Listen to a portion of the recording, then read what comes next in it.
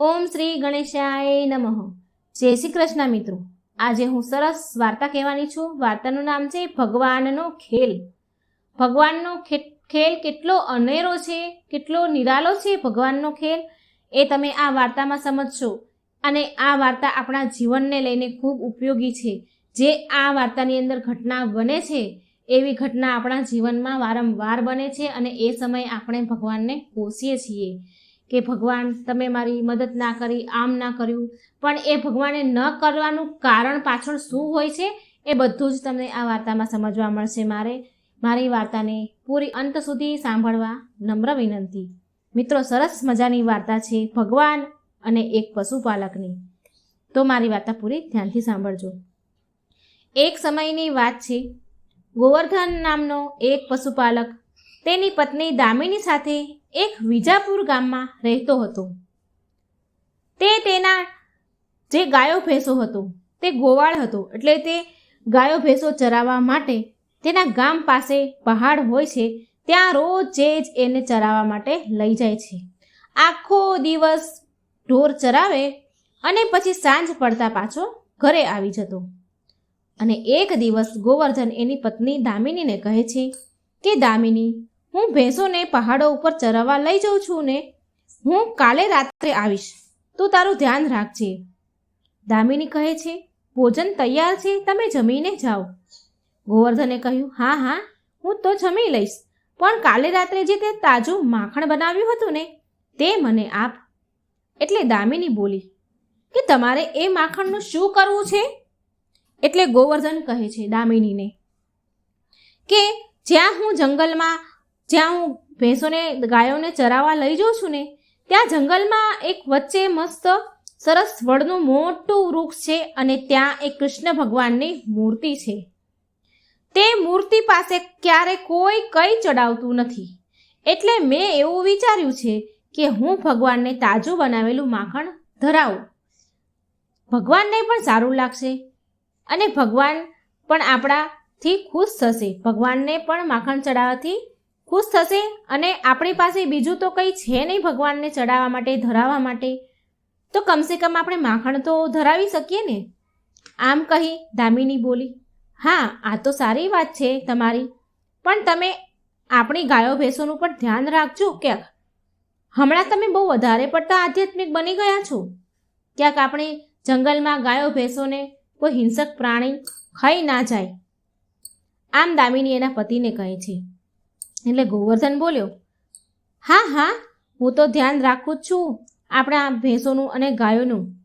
આટલું કહી ગોવર્ધને નાસ્તો અને માખણ બંને સાથે લીધા અને ઢોરને લઈને ચરાવવા નીકળી પડ્યો.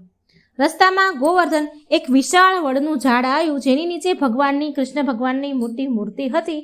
ત્યાં જ ઊભો રહી ગયો. જેવું તે રોજે જ કરે છે, રોજે જ ભગવાનની મૂર્તિ પાસે આવીને ઊભો રહે અને રોજે જ પ્રાર્થના કરે. અને આજે પણ આવી રીતે ત્યાં મૂર્તિ પાસે ઊભો રહ્યો અને ભગવાનને પ્રાર્થના કરીને કહેવા લાગ્યો. મૂર્તિ સામે વાતો કરવા લાગે છે. ગોવર્ધન તેની દિનચર્યા વિશે વાતો કરે છે અને કહે છે, હે કૃષ્ણ, જંગલના બધા જ ખતરાથી, હિંસક જંગલી પ્રાણીઓથી મારી ગાય ભેંસોને બચાવવા માટે પ્રભુ તમારો ખૂબ ખૂબ ધન્યવાદ. તમારી કૃપાથી મારું જીવન ખુશખુશાલ છે. આજે ભગવાન, હું તમારા માટે મારા ઘરેથી તાજું માખણ લાવ્યો છું. લો, લઈ લો. જુઓ, સરસ અને સ્વાદિષ્ટ માખણ છે. મારી પત્ની દામિનીએ એના હાથેથી બનાવ્યું છે. ગોવર્ધન આટલું કહીને માખણની માટીની જે માટલી હતી એ આખી ભરીને લાવ્યો હતો. એટલે માખણની માટલી ત્યાં ભગવાનને મૂકે છે, ધરે છે અને પછી પાછો તે પહાડોમાં તેની ભેંસોને લઈને ચાલ્યો જાય છે. સૂરજ આથમ્યા પછી તે પાછો એ રસ્તેથી ચાલે છે જ્યાં મૂર્તિ હતી ભગવાનની. તેણે જોયું કે માટીની જે માટલી હતી માખણથી આખી ભરેલી, તે આખી ખાલી થઈ ગઈ છે. ખાલી માટલી જોઈને ગોવર્ધન આશ્ચર્ય પામ્યો અને કહેવા લાગ્યો કે ભગવાન, તમે મારું માખણ સ્વીકાર્યું, મારી ભેટ સ્વીકારી.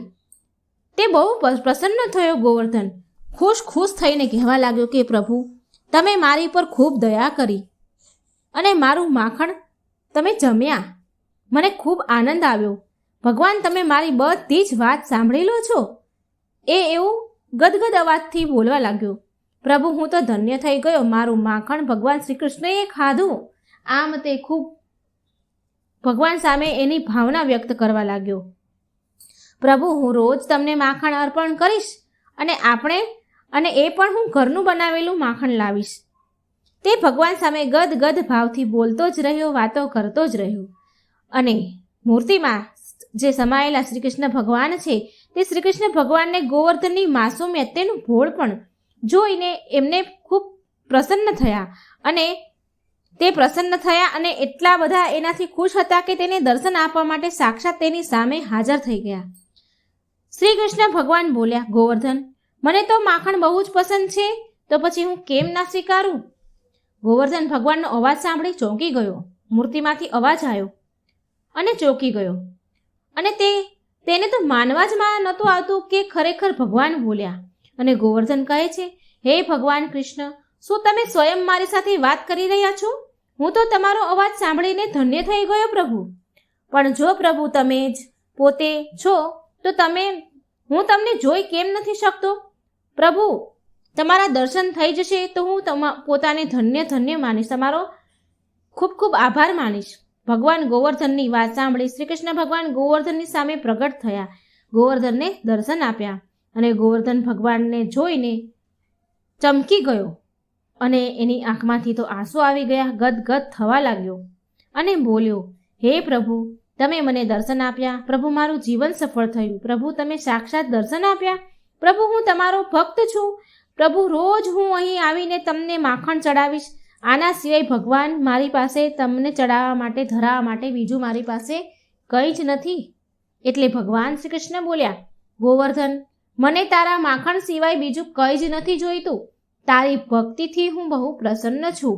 મારા માટે તો હૃદયનો ભાવ જ બધું જ છે. મારે બીજું કંઈ જ નથી જોતું અને હું તને વરદાન આપવા માંગુ છું. ત્યારે જે જોઈએ તે વરદાન માંગી લે.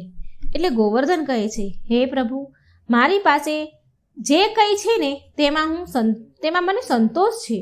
મને કંઈ પણ નથી જોઈતું. હું તો માત્ર તમારા દર્શન રોજ કરવા માંગુ છું. એટલે ભગવાન કહે છે, હું તને આ વરદાન આપું છું, પણ એક શરત છે. આ વાત ક્યારેય તું કોઈને કહીશ નહીં કે હું તને રોજ દર્શન આપીશ. શું તું એવું કરી શકીશ? એટલે ગોવર્ધન બોલ્યો, હા પ્રભુ હું તમને વચન આપું છું, હું આ વાત કોઈને નહીં કહું. પછી ગોવર્ધન કહે છે, પ્રભુ મને જવાની અનુમતિ આપો. આ ભેંસો ગાયોના વાછડા તેની માની વાટ જોઈ રહ્યા હશે ઘરે. એટલે ભગવાન બોલ્યા, હા ગોવર્ધન તું જઈ શકે છે, પણ મારા માટે કાલે તાજું માખણ જરૂર લઈને આવજે, ભૂલતો નહીં. ગોવર્ધન કહે છે, જરૂર પ્રભુ, જરૂર લાવીશ. ભગવાન બોલ્યા, સારું ગોવર્ધન કાલે મળીશું. એમ કહીને ભગવાન અંતર્ધ્યાન થઈ ગયા અને ગોવર્ધન તેના ઘરે ચાલ્યો ગયો. અને બીજા દિવસે ગોવર્ધને આ બધી વાત તેની પત્નીને પણ ન કહી. અને બીજા દિવસે ગોવર્ધન ફરી માખણનો ઘડો લઈ, માટલી લઈ પાંચો ભેંસ ગાયો ચરાવવા માટે જાય છે અને માખણની માટલી શ્રી કૃષ્ણ ભગવાનની મૂર્તિ પાસે મૂકે છે અને બોલ્યો, કૃપયા ભગવાન મારી ભેટ સ્વીકારો, મારી માખણની ભોગ ધરાવેલું સ્વીકારો. હું તમારી માટે માખણ લાવ્યો છું. ભગવાન શ્રી કૃષ્ણ ફરી ગોવર્ધનની સામે પ્રગટ થઈ ગયા. પણ ગોવર્ધનના મનમાં એક શંકા હતી અને તેને શ્રી કૃષ્ણ ભગવાનને પૂછી જ લીધું કે પ્રભુ એક વાત મને કહો કે પ્રભુ તમે હંમેશા તમારા ભક્તો માટે હાજર રહો છો, તમે બધા જ ભક્તોનું ધ્યાન રાખો છો, પણ તમે ક્યારે એક શબ્દ નથી બોલતા. આ મૂર્તિમાં તમે એમ જ રહો છો, કોઈ દિવસ એક શબ્દ નથી બોલતા અને તમે 24 કલાક ઊભા જ રહો છો. તમે કાયમ ઊભા રહો છો તો તમને થાક નથી લાગતો પ્રભુ? તમે થાકી જતા હશો ને? ભગવાન તમારે ક્યારેક તો આરામ કરી લેવો જોઈએ. મેં બરાબર જોયું છે પ્રભુ કે તમે આમ જ ઊભા રહો છો, ક્યારેય આરામ નથી કરતા. આ સાંભળી ભગવાન શ્રી કૃષ્ણ ગોવર્ધનને કહે છે કે પૃથ્વી લોકના મનુષ્ય પણ અજીબ છે. જ્યાં સુધી ભગવાન જવાબ નથી આપતા તો તેને કહે છે ભગવાન દર્શન નથી આપતા. અને આજે મેં તને દર્શન આપ્યા તો ગોવર્ધન તું મને શિખામણ આપે છે, મને શીખવાડવા લાગ્યો. તો સારું જ રહેશે કે હું તને કાલથી દર્શન જ નહીં આપું. એટલે ગોવર્ધન બોલ્યો, ના ના ના પ્રભુ, કૃપા કરી એવું ન કરશો. મારી ભૂલ થઈ ગઈ, એવું ન કરશો. મારો કહેવાનો અર્થ એ છે કે મને તમારી ચિંતા થાય છે કે તમે બિલકુલ આરામ નથી કરતા, તમે થોડી વાર પણ બેસતા નથી, તમને બેસવા નથી મળતું, તમે થાકી જતા હશો. મારો બસ આટલો જ ભાવ હતો, મારું બીજું કંઈ જ નહોતું કહેવાનું. આ સાંભળી ભગવાન બોલ્યા, ગોવર્ધન, તારી ભક્તિની સાથે સાથે તારું ભોળપણે પણ મારું મન જીતી લીધું છે. ગોવર્ધન, તારા સવાલનો જવાબ હું તને જરૂર આપીશ, પણ એની સાથે હું તને એક ઉદાહરણ આપીને સમજાવું છું. શું તું એ ઉદાહરણ જોઈ અને સાંભળવા માટે તૈયાર છે? ગોવર્ધન બોલ્યો, હા પ્રભુ, મને સંભળાવો. ભગવાન શ્રી કૃષ્ણ ગોવર્ધનને કહે છે કે ગોવર્ધન, આ જગ્યા ઉપર તું ઊભો રહે. હું કેટલાય પ્રકારના ભક્તોને જોઉં છું. આ જગ્યા પર ઊભો રહી હું રોજ કેટલાય પ્રકારના ભક્તોને જોઉં છું. હું ઈચ્છું છું કે આજે તું પણ અહીં ઊભો રહીને જો.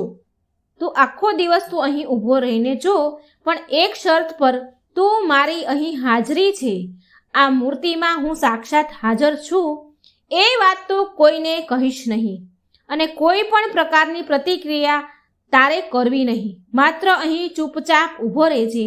ગમે તે ઘટના બને થઈ જાય, તારે કંઈ બોલવું નહીં, એમનેમ જ ઊભો રહીને જોજે. શું થાય છે તે બધું જ જોયા કરજે, ઠીક છે? એટલે ગોવર્ધન કહે છે કે જો પ્રભુ, હું આખો દિવસ અહીં ઊભો રહીશ તો મારી ગાય ભેંસોનું ધ્યાન કોણ રાખશે, એની સંભાળ કોણ લેશે? આ સાંભળી ભગવાન બોલ્યા, ગોવર્ધન, તું ચિંતા ના કર, તારી ગાય ભેંસની સંભાળ હું રાખીશ આજે. જા ગોવર્ધન, તું ઝાડની પાછળ છુપાઈ જા અને ઊભો ઊભો બધું જોજે. આટલું કહી કૃષ્ણ ભગવાન અંતર્ધ્યાન થઈ ગયા અને ગોવર્ધન ઝાડની પાછળ જઈને છુપાઈ ગયો અને ભક્તોની આવવાની વાટ જુએ છે. એ મનમાં વિચારતો હતો કે ભગવાન તેના મનનો આ પ્રશ્ન, આ શંકા કેવી રીતે દૂર કરશે. હવે આમ થોડી વાર થઈ એટલે એક વ્યાપારી પૈસાની ભરેલી થેલી લઈને ત્યાં આવ્યો, ભગવાનની મૂર્તિ પાસે આવી ગયો અને એ વેપારી મૂર્તિ પાસે આવીને બોલ્યો કે પ્રભુ, મને બહુ ખુશી છે કે તમે મને આટલું મોટું વરદાન આપ્યું અને આજે મને ભગવાન તમારો જવાબ પણ સમજવામાં આવી ગયો, મને સમજ પડી ગઈ. તે વેપારીએ પૈસાની ભરેલી થેલીને તે મૂર્તિ સામે મૂકી અને પ્રાર્થના કરવા લાગ્યો. હવે ગોવર્ધન ઝાડ પાછળ ઊભો આ બધું જોઈ રહ્યો છે. પછી પેલો વેપારી મૂર્તિ સામે વાત કરે છે, ભગવાન સામે વાતો કરે છે. હે ભગવાન, મેં હમણાં નવો કારોબાર, નવો ધંધો ચાલુ કર્યો છે. કૃપા કરી મને તેમાં સારા લાભ થાય તેવો આશીર્વાદ આપો. તેણે પ્રાર્થના કરી અને પછી ત્યાંથી પૈસાની થેલી તે ભૂલી જ ગયો અને ત્યાંથી ચાલતો થઈ ગયો. હવે ગોવર્ધન આ બધું જોઈ રહ્યો છે અને તેણે તે પણ જોયું કે તે વેપારી પૈસાની થેલી ત્યાં જ ભૂલીને ચાલ્યો ગયો અને બોલે છે કે અરે, આ વેપારી તો પૈસાની થેલી અહીં જ ભૂલીને ગયો. પેલો ગોવર્ધન મનમાં આવું વિચારી રહ્યો છે અને હું તો તેને યાદ પણ નહીં અપાવી શકું, કારણ કે હું ભગવાન સાથે વચનથી બંધાયેલું છું કે હું કોઈ પણ પ્રકારનું કહીશ નહીં કે કોઈ પ્રતિક્રિયા હું કરીશ નહીં. હવે મારે કેવી રીતે કહેવું? એ હવે હજી આમ ઊભો જ તો વિચારતો જ હતો. ત્યાં થોડી વાર થઈ એટલે એક ગરીબ આદમી મૂર્તિ પાસે આવ્યો અને ભગવાનની મૂર્તિ સામે આવીને ઊભો રહીને ભગવાન શ્રી કૃષ્ણને પ્રાર્થના કરવા લાગ્યો. કહેવા લાગ્યો એ ગરીબ આદમી કે પ્રભુ, હું બહુ ગરીબ છું, મારા પરિવાર પાસે ખાવાનું પણ કંઈ જ નથી, મારો પરિવાર કેટલાય દિવસથી ભૂખ્યો છે. ભગવાન, હું કેટલાય દિવસથી ભૂખ્યો છું, માટે ભગવાન, હું તમારા ચરણમાં આવ્યો છું, કારણ કે ભગવાન, તમે બધા લોકોનો ઉદ્ધાર કરો છો, બધાના દુઃખ દૂર કરો છો, બધાની જ મદદ કરો છો. પ્રભુ, તમે કોઈ એવો માર્ગ બતાવો કે જેનાથી મારા પરિવારનું હું ભરણ પોષણ કરી શકું. જેવી તેને ભગવાનને પ્રાર્થના કરી અને આંખો ખોલી તો એ ગરીબ માણસે ભગવાનની મૂર્તિ પાસે પૈસાની પોટલી જોઈ અને તે ખુશ થઈ ગયો. એટલે તે ગરીબ માણસ બોલ્યો કે હે પ્રભુ, તમે તો ખૂબ દયાળુ છો, તમે આટલી જલ્દી મારી ઈચ્છા પૂરી કરી દીધી, મારી પ્રાર્થના સ્વીકારી. હું આ પૈસાથી મારા પરિવારનું ભરણ પોષણ કરીશ, તેમની ભૂખ આજે હું મટાડીશ. પ્રભુ, તમે ખૂબ દયાળુ છો. અને તે ગરીબ આદમી ત્યાંથી પૈસાની થેલી લઈને ખુશ થઈને નીકળી ગયો. આ બધું ગોવર્ધન ઝાડ પાછળ ઊભો જોઈ રહ્યો છે. થોડી વાર થઈ એટલે ફરી ત્યાં ત્રીજો ભક્ત આવ્યો. તે એક સાપનો મદારી હતો. તેનું નામ હતું ભોલારામ અને તે પણ મૂર્તિ સામે કૃષ્ણ ભગવાનની મૂર્તિ સામે આવી અને પ્રાર્થના કરવા લાગ્યો. અને ભોલારામ કહે છે કે હે મારા પ્રિય કૃષ્ણ, હું સાપોનો મદારી છું. સાપોને પકડવામાં અને લોકોનો જીવ બચાવવાના મારા આ કામથી હું ઘણો ખુશ છું. મને સંતોષ છે, પણ મને ક્યારેક ડર લાગે છે કે મારા જીવનનો કંઈ ભરોસો નથી. મારા પરિવારમાં કમાવાવાળું બીજું કોઈ નથી. માટે પ્રભુ, હું એવી પ્રાર્થના કરું છું કે તમે મને ખતરાથી બચાવીને રાખજો, મારી રક્ષા કરજો. બસ મારી આ જ પ્રાર્થના છે તમને. તે ભોલારામ સાપનો મદારી શ્રી કૃષ્ણ ભગવાનને આવી પ્રાર્થના કરી રહ્યો છે અને ગોવર્ધન ઝાડ પાછળ ઊભો રહીને આ બધું જોઈ રહ્યો છે. અને બરાબર જે ભોલારામ પ્રાર્થના કરી રહ્યો એ જ સમયે પેલો વેપારી આવ્યો સૈનિકોને લઈ. જે તેની પૈસાની થેલી ભૂલી ગયો હતો તે થેલી પાછી લેવા આવ્યો. તેણે જોયું કે પૈસાની ભરેલી થેલી ત્યાં મંદિર પાસે નથી, ગાયબ થઈ ગઈ, મૂર્તિ પાસેથી ગાયબ થઈ ગઈ હતી. અને ભોલારામ ત્યાં જ ઊભો રહીને પ્રાર્થના કરી રહ્યો હતો. અને તે વેપારીએ આ મદારીને દોષી માની લીધો, કારણ કે એ સમયે એ ત્યાં ઊભો હતો, બીજું કોઈ હતું નહીં. અને એ વેપારી બોલે છે કે હે પ્રભુ, હું હમણાં જ અહીં પૈસાની થેલી ભૂલી ગયો હતો, પણ અહીં તો આ થેલી છે જ નહીં. એ પૈસાની થેલી ગાયબ થઈ ગઈ છે. જરૂર આ આદમીએ ચોરી લીધી લાગે છે. ત્યાં ભોલારામ ઊભો છે. તેને કહ્યું કે આણે જ ચોરી કરી. સુરક્ષા કર્મી સૈનિકો જે હારે લઈને આવ્યો હતો તેણે ભોલારામને પકડી લીધા. ભોલારામ તેના બચાવમાં બોલ્યો કે મને છોડી દો, હું નિર્દોષ છું. મેં તમારા પૈસા નથી લીધા. જ્યારે હું અહીં આવ્યો હતો ને ત્યારે અહીં પૈસા હતા જ નહીં, તમારા પૈસાની થેલી હતી જ નહીં. ભોલારામ બિચારો એના બચાવમાં બોલે છે. આ સાંભળી તે વેપારી બોલ્યો, અરે શું કહ્યું તે પૈસાની થેલી અહીંથી નથી લીધી. હું હજી હમણાં થોડી વાર પહેલાં જ અહીંથી ગયો છું અને પૈસાની થેલી મેં અહીં જ ભૂલી ગયો હતો. ભગવાને પ્રાર્થના કરતાં મારાથી થેલી નીચે મુકાઈ ગઈ અને એ પ્રાર્થના કરીને પછી મને યાદ ન આવી અને અહીંથી હમણાં હું ચાલ્યો ગયો છું. હજી થોડીક જ વાર થઈ છે અને અહીં તારા સિવાય બીજું કોઈ આવતું જતું તો દેખાતું નથી. તારા સિવાય બીજું કોઈ વ્યક્તિ અહીં છે નહીં. તો પછી પૈસાની થેલી કોણે લીધી? પૈસા તે જ લીધા છે. બોલ, પૈસા ક્યાં છુપાવ્યા તે? ભોલારામ બોલ્યો, હું સાચું કહું છું. મેં અહીં પૈસાની થેલી ભરેલી નથી જોઈ અને મેં કોઈ થેલી નથી લીધી. હું નિર્દોષ છું. મને છોડી દો. આમ ભોલારામ નિર્દોષ હોવાનું અને છોડવાનું બોલ્યો. તે ગોવર્ધન ભોલારામ માટે બહુ દુઃખી થયો. તે પાછળ ઊભો જોવે છે કે ભોલારામે પૈસા લીધા નથી અને ગોવર્ધન ભગવાનને કહે છે કે હે ભગવાન, આ સૈનિકોએ એક નિર્દોષ વ્યક્તિને પકડી લીધો છે. પૈસાની થેલી તો પેલા ગરીબ આદમી લઈને ચાલ્યો ગયો છે અને આ લોકો ભોલારામને પકડે છે. પ્રભુ, તમે તો બધું જ જાણો છો. જો તમે જાણો છો તો તમે એને બચાવી કેમ નથી રહ્યા? તમે જો કંઈ નહીં કરો તો હું એને બચાવી લઈશ. પણ કૃષ્ણ ભગવાને કોઈ જવાબ ગોવર્ધનના સવાલનો આપ્યો નહીં. આ જોઈને ગોવર્ધન કૃષ્ણ ભગવાનનું આપેલું વચન તોડી નાખ્યું. ભગવાને કહ્યું હતું કે તું કંઈ કરતો નહીં, ખાલી જોજે. પણ હવે તે ગોવર્ધને વચન તોડી નાખ્યું અને તે સૈનિકો પાસે, તે વેપારી પાસે ગયો અને તેને બધી જ સચ્ચાઈ કહી સંભળાવી. ગોવર્ધન કહે છે, વેપારી ભાઈ, આ આદમીને છોડી દો. આ આદમીએ પૈસા નથી લીધા. આ નિર્દોષ છે. એટલે તે વેપારી ગોવર્ધનને કહે છે, તું કોણ છે અને તને કેવી રીતે ખબર કે આ પૈસા એણે નથી લીધા? એટલે ગોવર્ધન બોલ્યો કે હું ગોવર્ધન છું, એક ગોવાળ છું, પશુપાલક છું અને મેં એક ગરીબ આદમીને અહીંથી પૈસાની થેલી લઈને જતા જોયો છે અને થોડી વાર પહેલાં જ પેલી દિશામાં એ ગયો છે. તમે જલ્દી જશો ને તો એ હજી રસ્તામાં જ ચાલ્યો જતો હશે. તમને તે મળી જશે. વેપારી બોલ્યો કે તું સાચું કહે છે? ગોવર્ધનને કહે છે. અને પછી તે વેપારી એના સૈનિકોને લઈને એ આદમીની, જે ગરીબ આદમી પૈસા લઈ ગયો હતો, તેને શોધવા માટે નીકળે છે. કહે છે, ચાલો જલ્દી તે આદમીને પકડો. સુરક્ષા કર્મીઓ, સૈનિકોએ એ ગરીબ આદમીને શોધી લીધો અને તેને પકડી લીધો.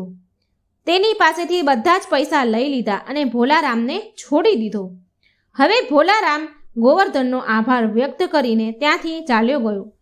હવે નિર્દોષ આદમીને છોડાવીને ગોવર્ધન બહુ ખુશ થઈ ગયો અને ગોવર્ધન ફરી ભગવાન કૃષ્ણને બોલાવે છે. બધા જ ત્યાંથી ચાલ્યા ગયા એટલે કોઈ જ ત્યાં નહોતું. એટલે ગોવર્ધન ભગવાનને બોલાવે છે કે ભગવાન તમે આવી શકો છો, અહીં કોઈ નથી. ગોવર્ધનના બોલાવાથી ભગવાન શ્રી કૃષ્ણ ફરીથી ત્યાં પ્રગટ થઈ ગયા તેની સામે. ગોવર્ધન ભગવાન શ્રી કૃષ્ણ સામે સંદેહ વ્યક્ત કરે છે અને બોલ્યો કે ભગવાન તમે ચૂપ કેમ હતા? તમારી સામે પૂરી ઘટના બની. એક નિર્દોષ વ્યક્તિને પકડી લે છે છતાં પણ તમે ચૂપ કેમ રહ્યા? તમે તો આ સમસ્યાનું સમાધાન કરી શકતા જ હતા ને, તો પછી તમે કેમ કંઈ ન કર્યું? એટલે ભગવાન બોલ્યા કે ગોવર્ધન તને તારી ભૂલનો અહેસાસ છે ખરી કે તે હમણાં શું કર્યું? એટલે ગોવર્ધન બોલ્યો કે હા પ્રભુ, મેં એક નિર્દોષ આદમીને બચાવ્યો, કેમ કે મેં બધી જ ઘટના જોઈ હતી. મને ખબર છે કે તે પૈસાની થેલી ગરીબ આદમીએ લીધી છે, તે ભોલારામે નહોતી લીધી. માટે નિર્દોષ ભોલારામને તેના અપરાધની સજા જો મળત તો તે ખોટું થાત. તેણે અપરાધ કર્યો જ ન હતો, માટે મેં તમારી શરત તોડી દીધી અને મેં નિર્દોષ આદમીને બચાવી લીધો અને મેં સાચું કહી દીધું. એટલે કૃષ્ણ ભગવાન ગોવર્ધનને કહે છે કે તને એવું લાગે છે કે તે ભોલારામને બચાવ્યો, પણ હકીકતમાં તો એનું મૃત્યુનું કારણ તું બની ગયો. ગોવર્ધન કહે છે કે હે પ્રભુ તમે શું કહી રહ્યા છો?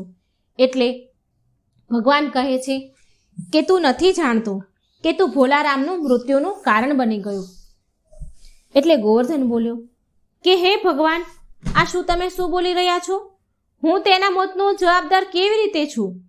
મને સમજાવો, મને કંઈ સમજ ન પડી. એટલે ભગવાન શ્રી કૃષ્ણ ગોવર્ધનને કહે છે કે આપણે જે કંઈ કર્મ કરીએ છીએ ને તે એકબીજાથી જોડાયેલ હોય છે. આપણે બસ માત્ર આપણા કર્મ કરતા રહેવાનું છે, પણ જો જે થઈ રહ્યું છે તેની વિરુદ્ધ જવાની કોશિશ ક્યારેય ન કરવી જોઈએ, કેમ કે આનાથી આપદા મુશ્કેલીઓ આવશે. એટલા માટે મેં તને માત્ર જોવા માટે જ કહ્યું હતું. કોઈ પણ જવાબ આપવાની મેં તને ના પાડી હતી, પણ તે મારી વાત ન માની. એટલે ગોવર્ધન બોલ્યા ભગવાન આમાં તો મને મારી ભૂલ ક્યાંય નથી દેખાતી. મેં શું ભૂલ કરી? મને કંઈ ખબર ન પડી. કૃપયા મને માર્ગદર્શન આપો. ભગવાન શ્રી કૃષ્ણ બોલ્યા સાંભળ, સૌથી પહેલી વાત છે કે તે ભોલારામને હમણાં જ અહીં થોડી જ ક્ષણ પહેલાં જ તે છોડી દીધો. એને સૈનિકોએ છોડી દીધો અને એક સમયે તે જઈ રહ્યો હતો ત્યારે તેનું થોડી વાર પહેલાં જ નિધન થઈ ગયું છે, તેનું મૃત્યુ થઈ ગયું છે. ગોવર્ધન બોલ્યો કે શું પ્રભુ, ભોલારામનું મૃત્યુ થઈ ગયું છે? તે હાય કરવા લાગ્યો. એટલે ભગવાન બોલ્યા હા ગોવર્ધન, આ તારી ભૂલના કારણે જ થયું છે. જો તે એને જેલમાં જવા દીધો હોત તો તે સાપ પકડવા ન ગયો હોત અને તે બચી જાત, અને પેલો બિચારો ગરીબ આદમી તે પૈસાથી તેના પરિવારને ખવડાવત. કેટલા દિવસથી તેનો પરિવાર ભૂખ્યો હતો, તો એની ભૂખ શાંત તે પૈસાથી થઈ જાત. એ પૈસાથી એના પરિવારનું ભરણ પોષણ થઈ જાત. પણ હવે તો તે ગરીબ આદમીને પકડી લીધો અને તેનો પરિવાર ભૂખથી જ મરી જશે. અને આ બધું એટલા માટે થયું કે મારી વાત ન માની તે અને બધું જ સાચું તે વેપારીને કહી દીધું. એટલે ગોવર્ધન બોલ્યો કે પ્રભુ, તે વેપારી કમસે કમ તેના નુકસાનથી તો બચી ગયો ને, મારા કારણથી તેનું નુકસાન થતાં રહી ગયું. ભગવાન કહે છે ગોવર્ધન તું સાચું કહે છે, પણ તે વેપારીએ તેના પૈસાની થેલી જો ખોઈ નાખી દીધી હોત, ગુમાવી દીધી હોત, તો તેનું નુકસાન તો થવાનું જ હતું. તેના ઉપર એટલું બધું એ નુકસાનની અસર ન પડત. તે વેપારી હતો, તેની પાસે ખૂબ પૈસા છે, તો એની એટલા પૈસાથી એનું કોઈ એટલું બધું નુકસાન ન થાત. પણ તે ગરીબ આદમીને પૈસાથી ફાયદો થઈ જતે અને તેના પરિવારની ભૂખ પણ સંતોષ થઈ જાત. એ પૈસાથી તેનો પરિવાર પેટ ભરીને ભોજન જમત.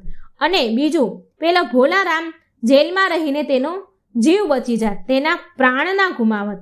આ માત્ર એક તારી ભૂલના કારણે થયું છે. ગોવર્ધન બોલ્યો હે કાના, તમે જે કીધું તે બધું સાચું છે.